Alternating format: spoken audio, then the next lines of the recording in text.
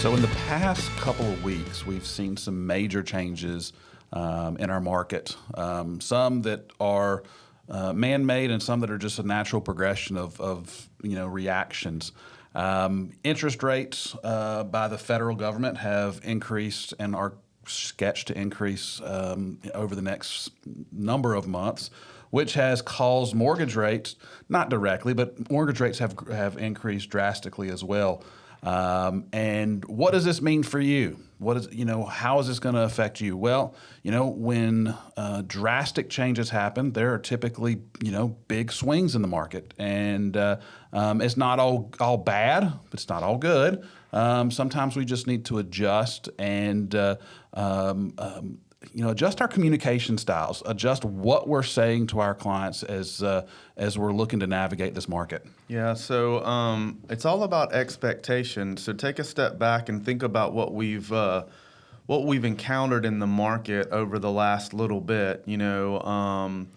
Offers coming in, multiple offers, 10, 15, 20 offers on a property, way over asking price. Selling for, due diligence money being exorbitant. Those things, those can't last forever, weren't going to last forever, and now we're getting back to where it is supposed to be. Absolutely. So, 3 months ago, we were getting, as you said, 15, 20 offers on a property.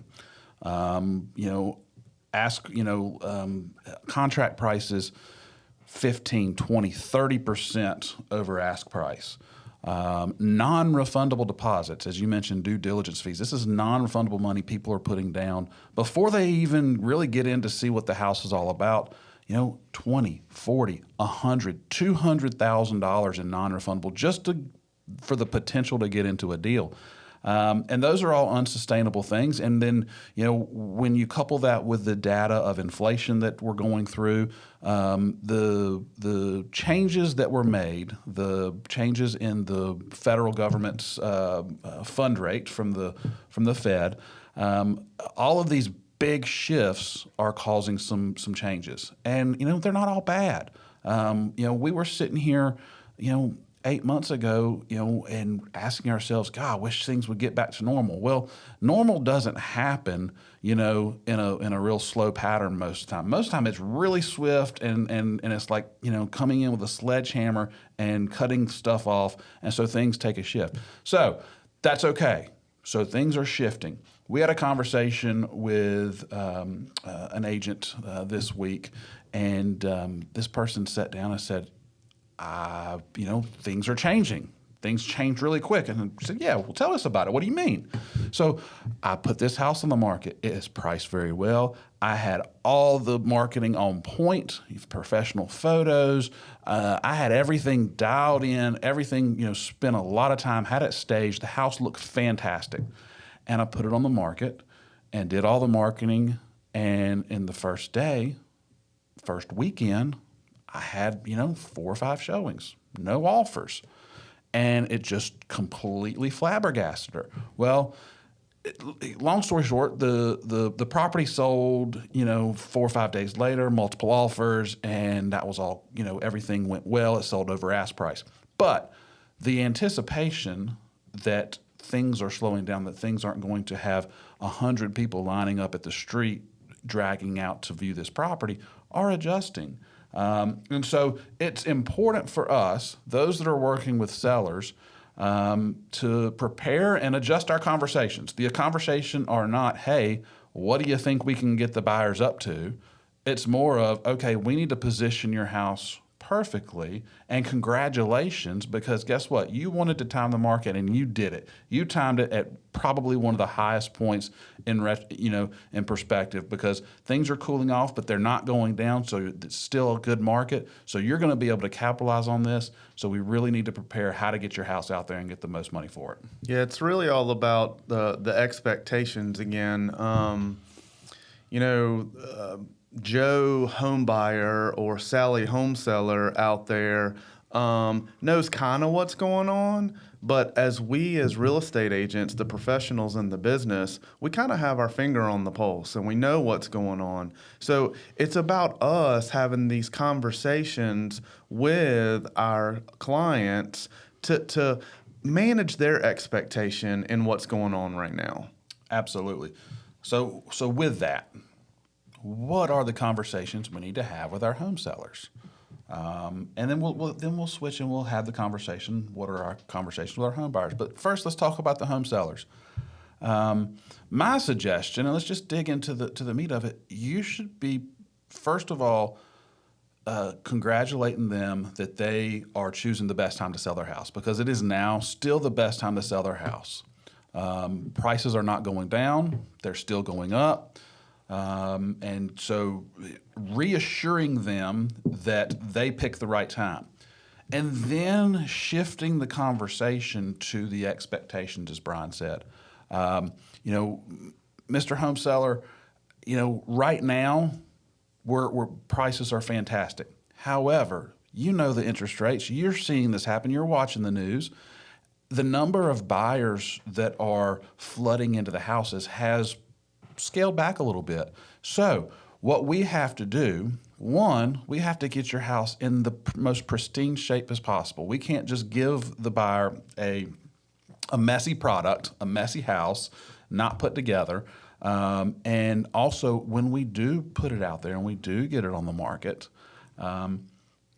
be prepared that it may take, a little bit longer than what you've been seeing on TV. You might not get 25 offers in the first 30 minutes of you putting it on the market. That's okay. That's not normal. And guess what? What does that provide the ability to do? It provides those buyers that are coming to look at your house to really get in there and look at it and making sure that they're making a good decision. And typically what that means is a more smooth transaction process. So it's okay. Don't freak out. Don't freak out if you don't get 1 million offers. That's okay. We just need one. 1 million people can't buy your house. 20 people can't buy your house. One person can buy your house. I would say there's two conversations that I've heard from newer agents. We've kind of talked about a little bit. And if you take a step back, the more seasoned agents that have been in the business for a while, they understand this because this is kind of what happens in normal markets. But the newer ones will have these conversations and they'll be like, tell me more about that. That's interesting. First off is you have to price your house. You got to be better at pricing your listing. You've got to be accurate at pricing your listing.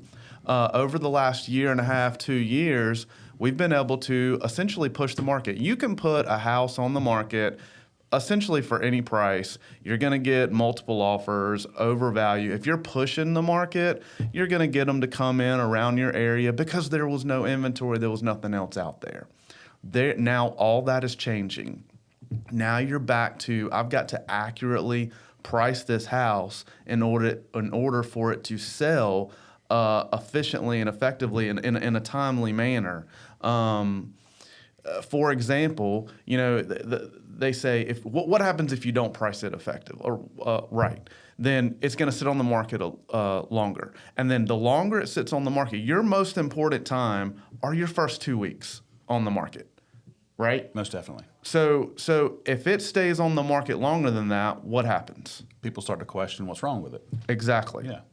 Exactly. So those are the kind of things you've got to be focused on and communicating to your client. One of the other ones, which this one really took me back because, we've been in the business 25 plus years, and this was one of the cardinal rules you took when you were talking with your seller upon offer negotiations. And what is that? Never reject your first offer. We've just gone through a time where we could easily reject our first offer. Yeah, because there were 12 other offers sitting behind it. Exactly. For one reason or another, I don't know what it is, but in times of normalcy in a normal market, when you get that first offer, I'm not saying take it. What I'm saying is if you just reject it because you absolutely just don't like what it's coming in at, then there's a good chance you're not going to get another offer. So, you put pen to paper, you start going back and forth, 9 times out of 10, you're going to be able to work out that deal, to everybody's. It's a win-win for everybody. So those are two conversations that we haven't been having that we've got to start having. Absolutely. So when you get that first offer, let's kind of dig a little bit deeper than that.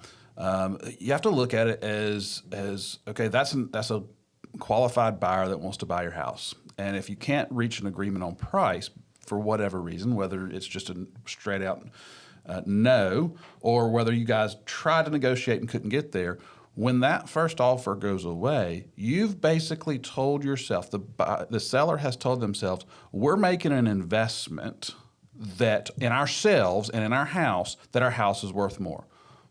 Well, there's a possibility that there's not going to be someone to come along to make that same good offer that the seller did. So there's a potential loss of the next one that comes in shorter. And times change. Maybe we need to go ahead and move, and then we take less for it. So those are things we have to consider when we're having conversations right now, just because the market is adjusting. So let's flip the script. Let's flip the script here for a second. Seller conversation is important. You got to hone in on these are scripts, dialogues. These are things that you need to have in your repertoire so you can make them feel good about the process that they're going under. Not in a hokey way, but it's important because now is a great time for people to sell. It's still a great time for people to sell. They just need to emotionally feel good about the process, and it's your job to provide that sense of comfort. So flip gears. Buyers. So, buyers have been just beat up and have gone through the juggernaut for the past 18 months. And there's a lot of them that just flat out pulled themselves out of the market. Signed a lease, said, I'm gonna quit. I'm gonna go and I'm gonna live here for a little bit longer. I'm gonna live with mom for whatever it may be, but they're out of the market. They're out of the game. It's now time to re-engage some of these people. Maybe they were unable to purchase in this market. Maybe they just did not have the availability of cash and liquidity to be able to buy in this market and the price point that they want to buy. Those things are adjusting. It's time to re-engage those folks. It's time to educate them that there's now an opportunity. Those that could only get FHA loans, VA loans, and those that were competing with cash, they're now back in the game. Re-engage those people. So what are those conversations that you need to be having with buyers right now? So, the first thing is when you do bring somebody back in to the market, understand they were looking before. If they were looking before, what they could afford, assuming that their purchase point is not any much greater than it was before. You're assuming everything's kind of the same. They can't buy as much as they could a year ago. Sure. Because the rates have gone up so much. So not to be negative about it, it is what it is. So you're going to have that conversation with that buyer. Agents, you've seen this before. You've taken a buyer out in a price point that's more than what they could afford with their loan that they were getting. And what would happen? And probably because you didn't know the difference, but what would happen? Then you take them down to where they need to be, and they can't find anything they want because they've seen everything over and above. So that is a conversation that we're going to have with these buyers, because over the last 2 months, that price point in which they can afford has adjusted. Absolutely, and that is a truth, regardless of who you're working with. A $100,000 purchaser really wants a $150,000 house. A $300,000 purchaser really wants a $400,000 house. An $800,000 purchaser really wants a $1 million house. $1.5 million wants a $4 million house. It is just the nature of it. We always want more than what we can afford. So it's our job to really hone in, talk to the lender, have a good conversation with the lending professional that's helping your client out, and know where they stand. We need to know where how much they can afford to put down, where they can be, what type of loan they're getting. All that's important. And now that you're going to engage them, so those may seem like negatives. They're not really negatives. It's just due diligence on our part as agents. But now once we get this, let's pull that aside. We know all this information about the buyer. Now we get to have the positive conversation with our buyer, which is, hey guys, guess what? We're in a situation where you come back into play. People are looking to sell their house to you because there's a lot of people that have come out of the market. And so not only do you have the ability to go see 4, 5, 7 houses in a day versus one in 15 minutes because it just came on the market, you can go do a buyer tour. But you can go back and here's a wild concept. You can look at a house one day, and there is a potential that you can go the next day and relook at it with a different set of eyes. That is a huge, huge advantage that buyers have not had for so long. But it's so important, and it's going to be a great advantage for them to make sure that they're getting the right house for them, that they're not overextending themselves. You know, when they first looked at the house, all they could see was the granite countertops, the new paint, everything was just flashy. They go back in for the second time, they see the crack in the wall, they see the fallacies in the property, so they can really find out if this is what they want to tackle. Mm-hmm. I'll tell you another one too that, you know, conversation between agent and buyer client, now that it's not get me in this house, put this offer in as quick as possible, let's just do this, do like that. Those agents that like to work on a relationship level versus a transactional level, this is going to be your time to shine. You can spend more time getting to know your clients, what their needs are, the things they're looking for in their purchase. You can start to develop that relationship to be their provider of services when it comes around home purchasing and just home ownership in general. And what that's going to do is going to open the door. So this is also a lead generation conversation. You're going to get more referral leads from buyers typically than you are from sellers because they are always in love with you because you are helping them with the home. There's not a whole lot negative that can happen on the home purchase side until possibly you get into the contract. On the home seller side, a little bit different. You know, if you haven't sold their house today, I'm still a little skeptical. But on the home purchasing side, that is a time to really, really hone in on that relationship you're building with that person. Absolutely. So let's take that down. So opportunities in a market that is the pace is slowing. I don't want to say the market's slowing down, but the pace of the market is slowing. Provides opportunity for you to really engage your clients in the communication to, one, make sure their satisfaction is top-notch, that you're providing the best service. But two, really dig into that relationship and being able to pull those referrals out of the relationship and invite those referrals coming from those clients. Now, does that happen via a text message? Not typically. Not typically. So I say that, and I'm going to kind of lead in with this. Folks, it is time to up your communication game. Our clients deserve it. Mm-hmm. This is one of the biggest transactions that most of them will ever go through. Mm-hmm. Pick up the phone and call them.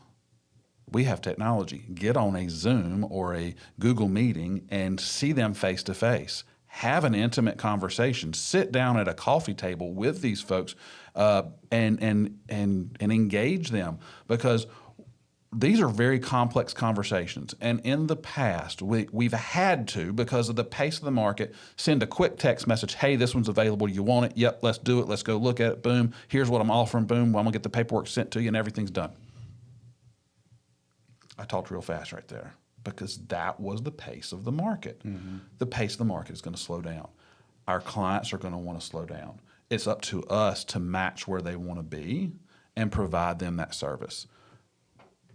If you don't have the skill set of engaging your clients, talking on the phone, interpersonal skills, it's time to work on it. Those are skills that are not that may come naturally to some people, but they are skills that you can learn and get better at.